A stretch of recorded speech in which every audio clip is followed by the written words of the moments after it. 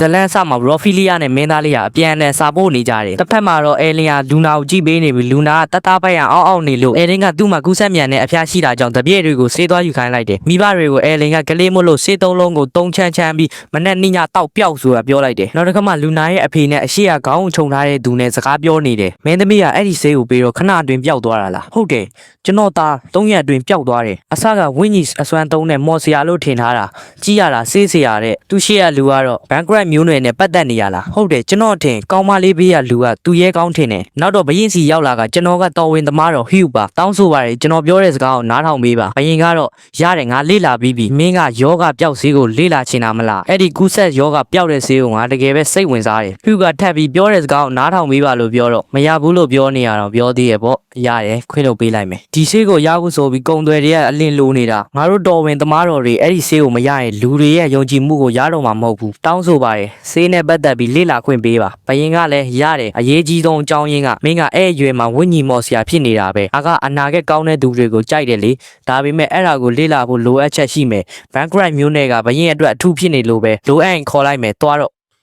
ဟျူကတော့ပြန်သွားပြီဘရင်ကတော့မင်းသားကိုခေါ်လိုက်တယ်ဘရင်ကမင်းသားကိုစာပဲသမီးနဲ့စာဖို့သေးလားဟုတ်တခါတလေစားပြန်ယုံမှာဘရင်ကဟုတ်လားကြီးရတာဘန်ဂရက်မျိုးတွေကထူးချွန်တဲ့ဆေးစရာကိုခန့်ထားတဲ့ပုံပဲမင်းသားကဆေးစရာလားခန့်ထားတဲ့ဆေးစရာကဝိညာဉ်မင်းသမီးတဲ့အဲလင်ကိုပြောတာလားနောက်တစ်မိုင်းမှာလူနာတွေကအရင်ကထက်30%ပိုများလာတယ်ဆေးကိုပို့ဖို့လိုက်မမီတော့ဘူးလူနာတွေကကုသဖို့စကားများလာကြတယ်လို့ပြောတယ်အဲလင်ကယောဂကိုမခုခံနိုင်တဲ့ကလေးတွေကိုဝင်ဆောင်မိခင်နေနဲ့တတိလစ်နေတဲ့လူနာတွေကိုအရင်ဦးစားပေးလိုက်ဆိုကပြောတော့ရိုရန်ကငါသမီးလေးတော်လိုက်တာဆိုကအဲလင်ကိုဖက်တော့ဆိုဘက်ကအကိုအဲလင်ကိုဂေးယူဆိုင်တာလွန်တယ်ရိုရန်ကလည်းမင်းပြောတာတော့မခံဘူးမင်းကကိုသမီးကိုတောင်ဖက်မလုပ်တဲ့ကောင်အဲ့ဒီအချိန်ဆိုဘဲကသမီးရဲ့ခန်းတကားကိုတွားခောက်တဲ့အချိန်ကိုစဉ်းစားနေကသမီးကအာခံတဲ့အရွယ်ရောက်လာပြီမင်းအဖက်မလုပ်လို့နေမှာပေါ့ဖြစ်နိုင်တယ်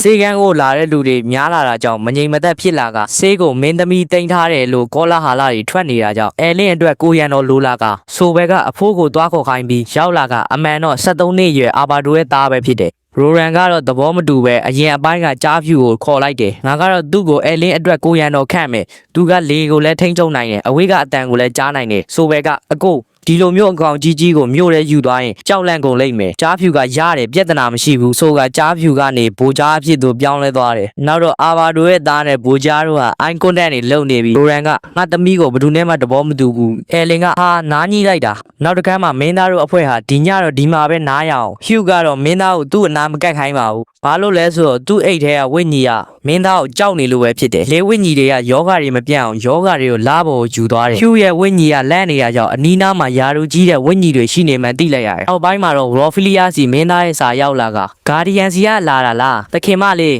မင်းသားကိုရင်ကြီးကြီးလေးနားကြီးတယ်တွားတော့စာကိုဖတ်ပြီးပြောနေကဘာကြီးထားလဲတော့ကျွန်တော်လည်းမသိပါဘူးတစ်ဖက်မှာတော့အဲလင်တို့ဟာဆေးကန်းကိုတွားနေကအဲလင်ကအာဘာဒိုရဲ့မိန်းမအကြောင်းကိုဆက်စုနေရကြောင်းခိုင်းကတော့သူ့အမေကြောင့်ပြောတော့ရှက်နေပါတယ်တေးုံရောက်တော့အဲလင်အကြံပေးထားတဲ့အတိုင်းလူနာတွေကိုလှုပ်တာအဆင်ပြေပေမဲ့ဆေးတွေကမလောက်တာကြောင့်ဆက်လုပ်ဖို့လိုလာပါတယ်အဲလင်ကရိုရန်ကိုဆက်လုပ်ဖို့အတွက်ခွင့်တောင်းပေမဲ့ရိုရန်ကနှစ်သိမ့်ကဆက်မလုပ်နဲ့တော့လို့ပြောတယ်အပြန်မှာအိမ်ထဲကိုကြားဖြူကအရင်ဝင်တာကြောင့်အစေခံတွေကလန့်နေကိုကြားပုံပြောင်းကငါကအဲလင်ကိုရန်တော့ဘန်လို့ခေါ်ပါတယ်လို့ကျွန်တော်လို့ရုပ်ချောနဲ့မိတ်ဆက်တာကြောင့်အစေခံတွေကလည်းကြွေသွားပါတယ်ဆိုပေကရော်ဖီလီယာနဲ့ရော်ဖီလီယာရဲ့အမေကိုညစာစားဖို့ခေါ်ခိုင်းလိုက်တယ်ဒါပေမဲ့ရော်ဖီလီယာတော့မရှိတော့ပါဘူးရော်ဖီလီယာပျောက်သွားလို့တအိမ်လုံးခေါင်းစားနေကဘိုးကြားကတော့အဝေးကအတန်ကိုနားထောင်ကဘန်ဂရိုက်ဖလန်တော်ကဆေးကိုယူမယ်မင်းသမီးလေးကိုအဲ့လိုကြားရတယ်အလုံးကလည်းရော်ဖီလီယာပြန်ပေးဆွဲခံရမယ်သိလိုက်ရတယ်အဲ့အချိန်မှာပဲ episode 9ပြီးဆုံးသွားပါတယ်ကျေးဇူးအများကြီးတင်ပါတယ်ခင်ဗျာ